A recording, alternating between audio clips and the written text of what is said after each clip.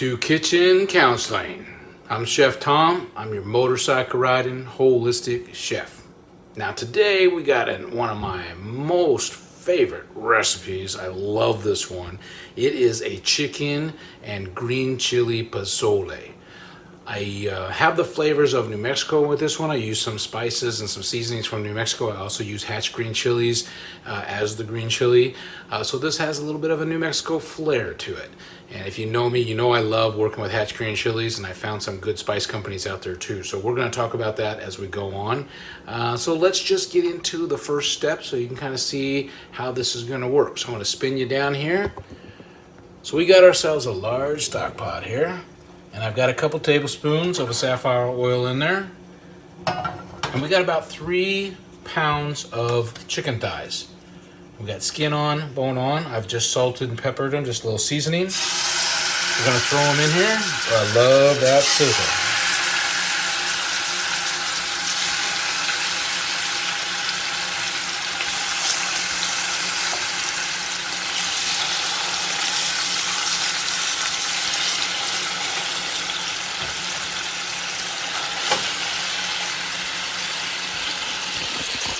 There we go. So this first step, my hands are all dirty. I have trouble with this. All right. This first step, we're just browning the chicken. All right. So it's going to take about 4 minutes on each side. We're just getting it cooked pretty much, not all the way through. We're just getting it started. That's all we're going to do at this point. Then we're going to take that off, and then we're going to actually start putting all the stuff in the same pot. And everything's going to go in there at one time. And then it's going to cook and just kind of stew for like 20 minutes or so. And when it's all done, it's just going to be awesome. So when we get to that step, we'll go through the actual recipe. So right now, I'm going to finish up this step, 4 minutes each side. So we're just flipping them one time, do 4 minutes, turn them over to the other 4 minutes, and then we're going to take them off, take them out of the pot so we can use the pot. So we'll be back in a few minutes. See ya. All right, welcome back. Okay, we've let that chicken brown now, so let me get you down here so you can see what we got going. See that nice and crispy chicken? All right. Now the reason we only had to do about 4 minutes on each side, and I did maybe 5 or so, is that this is going to stay in the pot. And we're going to start throwing everything in there, and it's going to cook with all the other stuff. So we're going to cook that chicken all the way through. Then towards the end, we're going to take the chicken out, take off the bone and the skin, get rid of that, cut up in some little bite-sized pieces, throw it back in there for the actual soup. So the next step is that we're going to add our onions and our garlic. So I'm going to spin you down so you can see what we got here. So I'm adding the onion. So we actually have about 2 cups of onion, which actually comes out to about 1 onion. Oh, we got other cooking going on here. Let's turn that off. That's going to have to come out of there in a moment. We also have 4 tablespoons of a minced garlic. Throw that in there. And we have 2/3 of a cup of cilantro stems, just coarsely chopped, okay? So we're gonna let this cook for about a minute, just to start all incorporating, and then we'll be back to add everything else. So we'll be right back. Okay, see ya. All right, we've let that cook down for a minute or two now, and let's swing you down here so you can see what it looks like. It smells awesome. And this way you can see as I add all the other ingredients. So there's our chicken, and we have our oil in there. We have safflower oil. We have the cilantro stems, the onions, and the garlic all cooking in there right now. So now we're going to add the rest of the ingredients. So our first thing we're going to add is 2 tablespoons of tomato paste.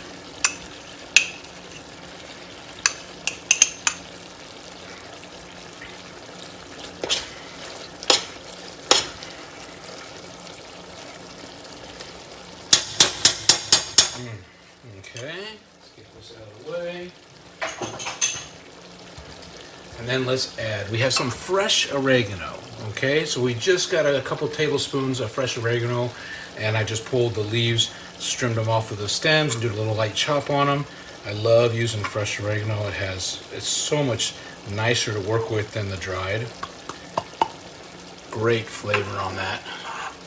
Then we're gonna put in 8 cups, about 8 cups of Napa cabbage. All right, You can use any kind of cabbage you want. The recipe originally had Savoy cabbage. Savoy cabbage is a little milder than your regular cabbages. It's also prettier. I personally like using the Chinese Napa cabbage, so that's what we're doing here. And then I've added the green chilies. Got about 8 ounces of a hatch green chili roasted. I roast them, freeze them, keep them in my freezer so they're ready to go at any time. So I just cut them up, diced them up for us to add into here. All right. And then I got a couple tablespoons, or teaspoons, excuse me, of casa seasoning. And we're going to talk a little bit about that a little bit later here. So I'll get you in on what the casa seasoning is.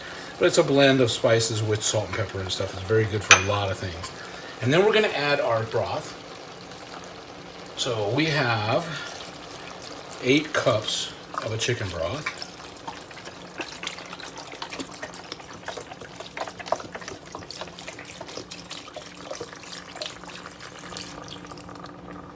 Just like so.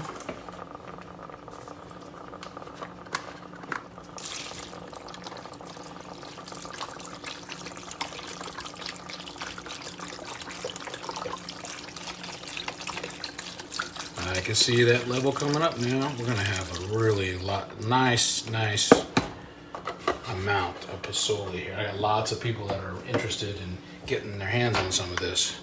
So we're making a big batch of it today. So this is what this is. You can cut this recipe in half for, like, you know, for a family of 4 or whatever. You don't want to make that much.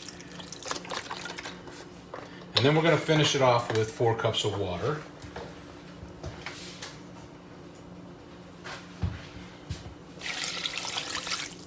There we have our soup going here. So now we're going to get this all the way back up to high. All right, give it a nice little stir here. All those goodies in there.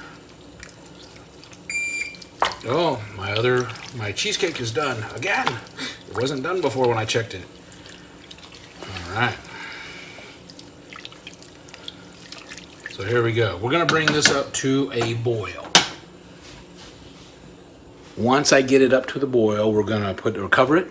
We're going to lower the heat to get to a simmer. We're going to cook it for 20 minutes. And we're just going to let that cook down, and we'll get back to that. So we'll be back in a few minutes when this gets down the road. All right? See ya.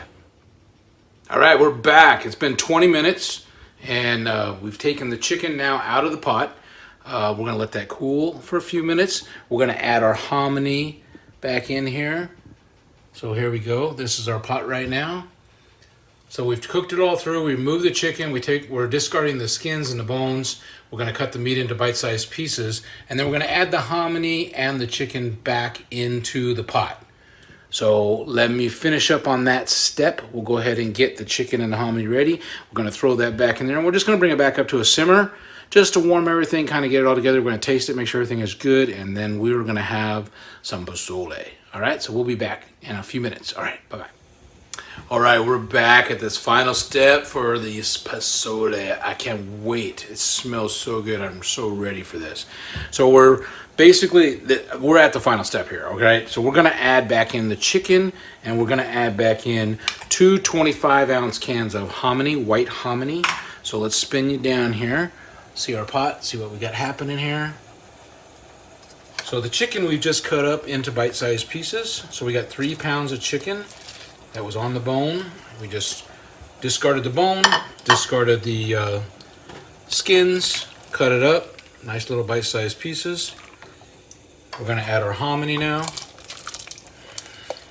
and this is what makes it a posole. To me, the hominy is what that extra ingredient. It's just awesome.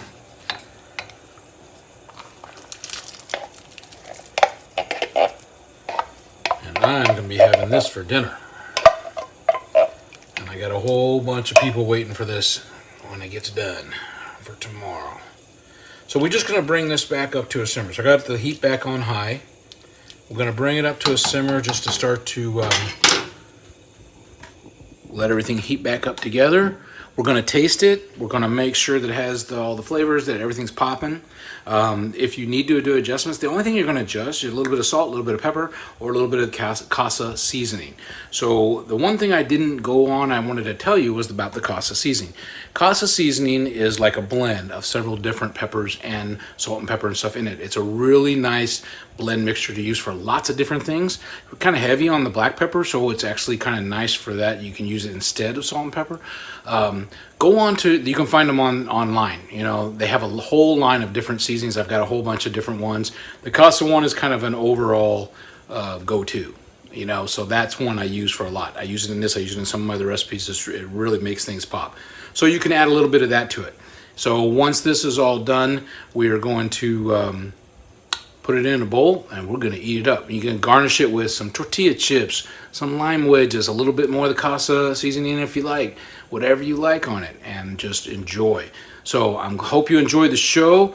And if you liked what you saw, like us on Facebook, follow us on YouTube, check out the info at the end of the thing on all of our streaming services through KP Media TV, and any information you need is all at the end. And give me a call or email me and whatnot. I will get back to you, and see you on down the road. Remember my four F's for accentuating life: family, friends, fun, and food. Have a good one. We'll see you later. Bye.